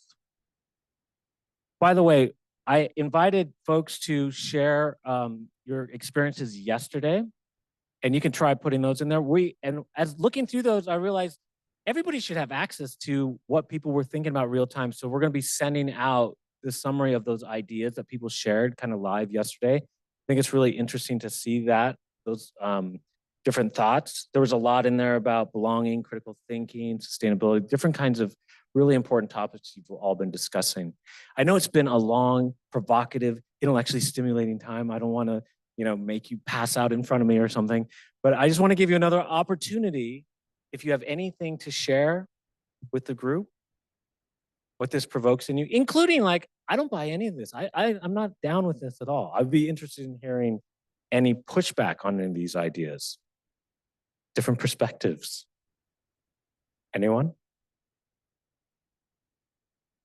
I see fingers pointing at other people back and forth. Thank you. I was trying to be respectful of your money, so I had to sit and think about a question I wanted to ask. But I think we've been kind of discussing around AI, especially when you think around chatbots and context specific considerations, right? Is the answers that you're getting back, are they actually allowing for considering the context? What I think I want to commend you on this is that it does ask you the questions back. So I'll just share what I put into the system. And this is a challenge that we're trying to figure out working within a particular country in Africa to support their faculty within higher education institutions with digital literacy, digital skills development. So I said, what would I need to consider in designing a continuous professional development program for faculty in Africa around digital literacy? And these are the questions that it asks. What specific goals or outcomes do you envision for this program? Are there particular challenges within the faculty that you're aware of concerning digital literacy? Are there existing resources or frameworks that you plan to incorporate, or are you starting from scratch? What is the current level of digital literacy among the faculty, and how diverse is their experience with digital tools? And then my favorite, are there any cultural or infrastructural considerations that should be taken into account? So I'm already excited about this, but just wanted to share, like, those are the pieces that should always be coming back, is the questions that elicit the human to kind of provide more information. So it isn't the AI that's actually generating the answer, but it's sort of this collaborative approach. So just wanted to say that. Thank you for sharing that example. Thank you very much.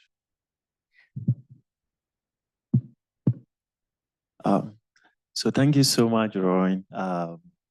It's me here. I had the opportunity to take a class with Roy last semester, and we built a couple of bots. I just came from Ghana about 1 month ago, and I tested one of the bots we built on evaluation. And what I noticed was that so many people were very excited using this, especially novice evaluators who are actually beginning to use this.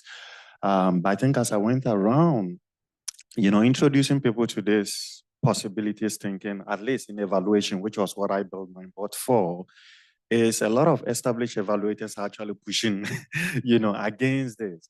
So I think this is, I don't know whether it's a question, having taken your class, but it's more of how do you continue to push, I think, some of these authorities in a particular field about just being open for a little bit of uncertainty, because of course, like that chatbot is not really going to take any evaluators' work, but it's just really to help folks who, especially in the global south, where much of my work is, to be able to leap and do things. But they just, you get fight here, you get fight here. People say, I don't really care about this. Look, we'll do this. That is what I went to school for.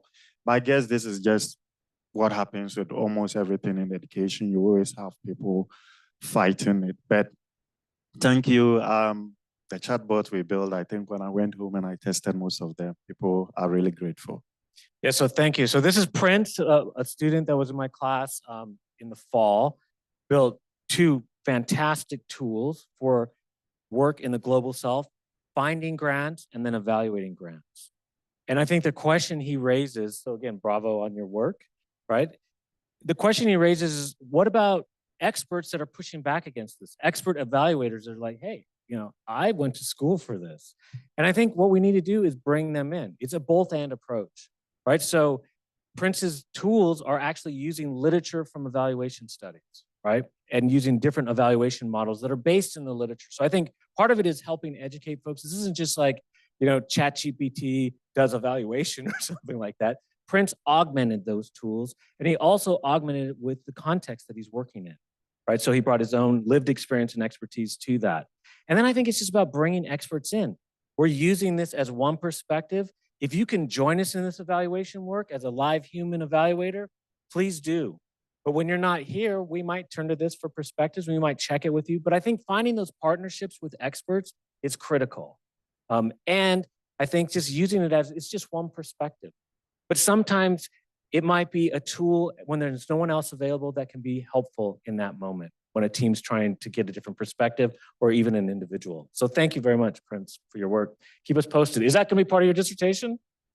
Yes. So a lot of these tools are becoming part of students' dissertations. And it's just, they're entirely their own ideas, right? So they just, and again, zero coding experience coming in and being able to build pretty powerful tools. It's pretty amazing. So other thoughts? Yes.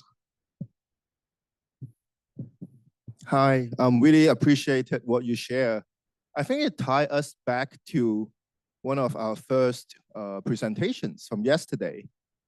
We were presented with the idea of now we are forced to rethink what it means to be human. I think you dovetail with that, but put it in a way that can be more relevant for the education setting. I think Carol Brazil talked a lot about systems change, but we need to answer the questions why. And I think you frame it as we want to shape the futures.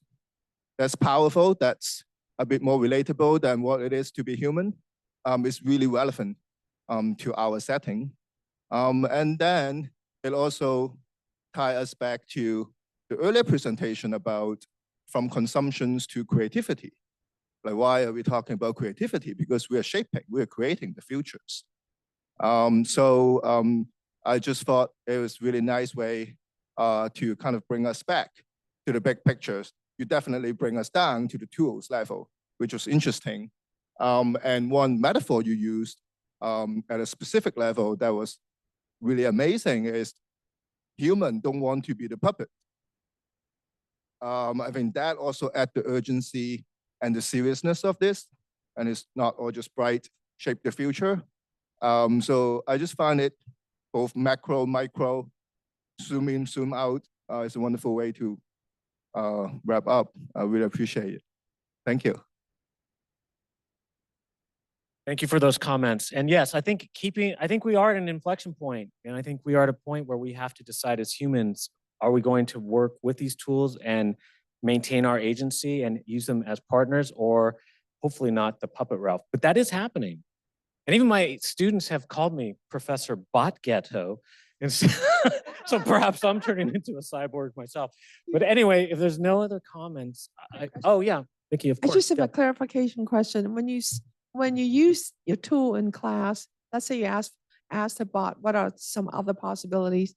How much knowledge do you have to feed into AI before you can get an answer? Yeah, so these tools have, I would say, so they've been augmented with some literature on possibility thinking. Each of the strategies is probably, 2 to 3 pages of pretty dense instructions and text. And so you can augment them with as much background knowledge as necessary.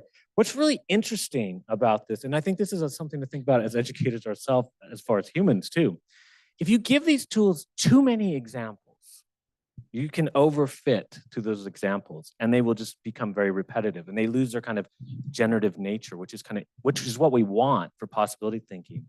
So there is this kind of fine balance between how do you structure, what kinds of examples do you provide, how much knowledge do you augment it with, and how much do you let it kind of generate based on its general knowledge and this very specific knowledge that you're augmenting it with. So it depends, it's going to vary by context and by domain and by task. But for possibility thinking, it's okay if it hallucinates a little bit, because you can just say, like, that's not realistic.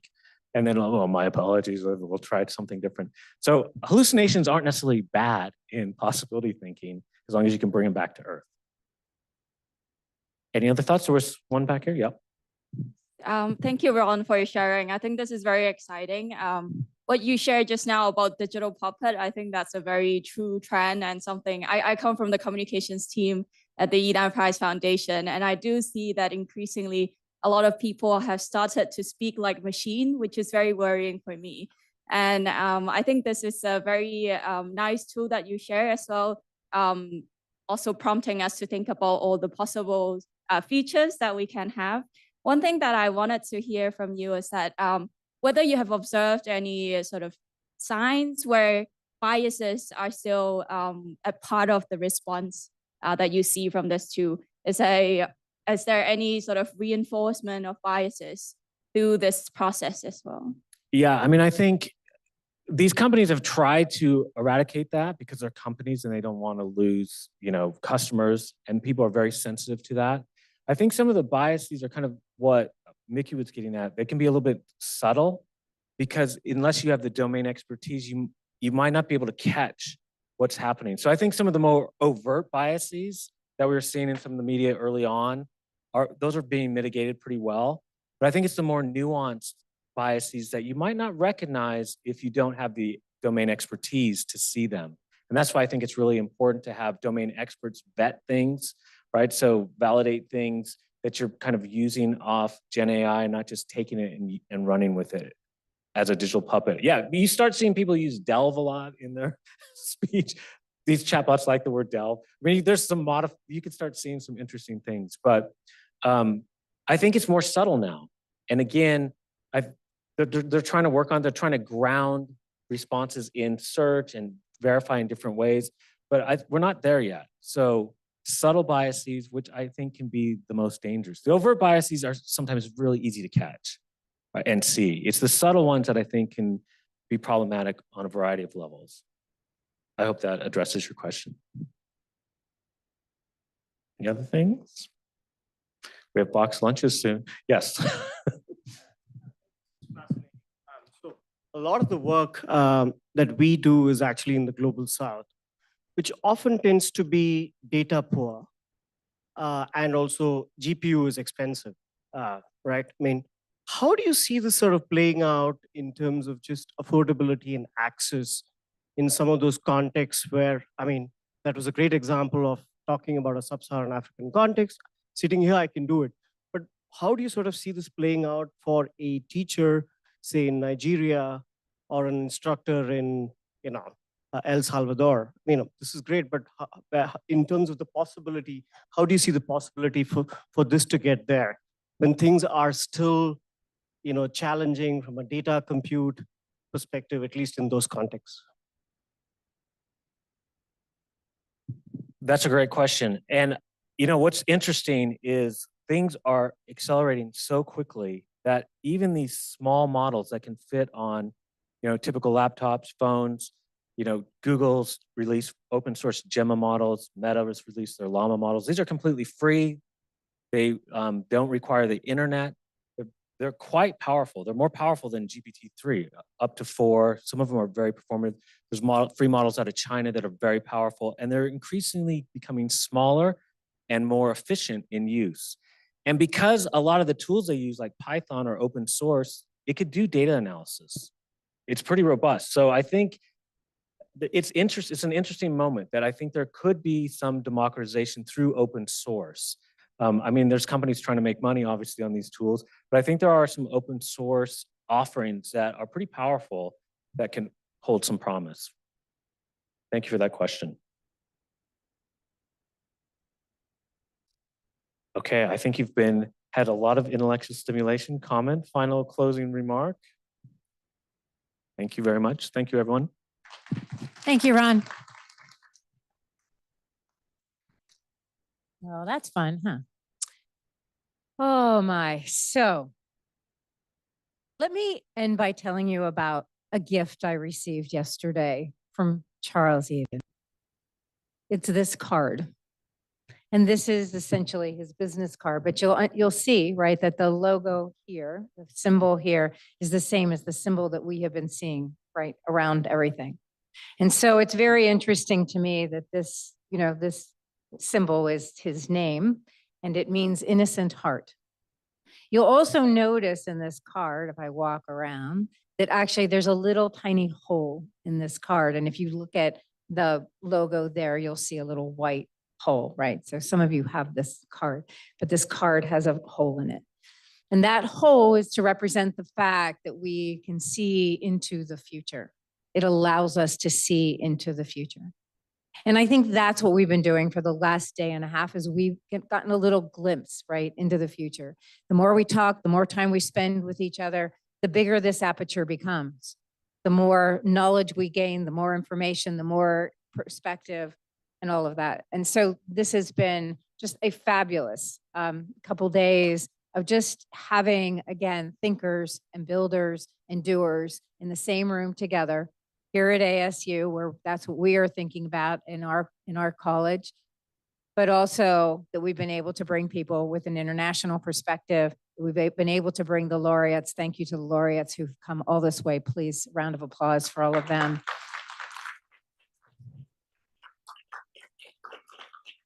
And I know I have thanked Charles so many times in the last 2 days, but I am going to thank him one more time for making all of this possible.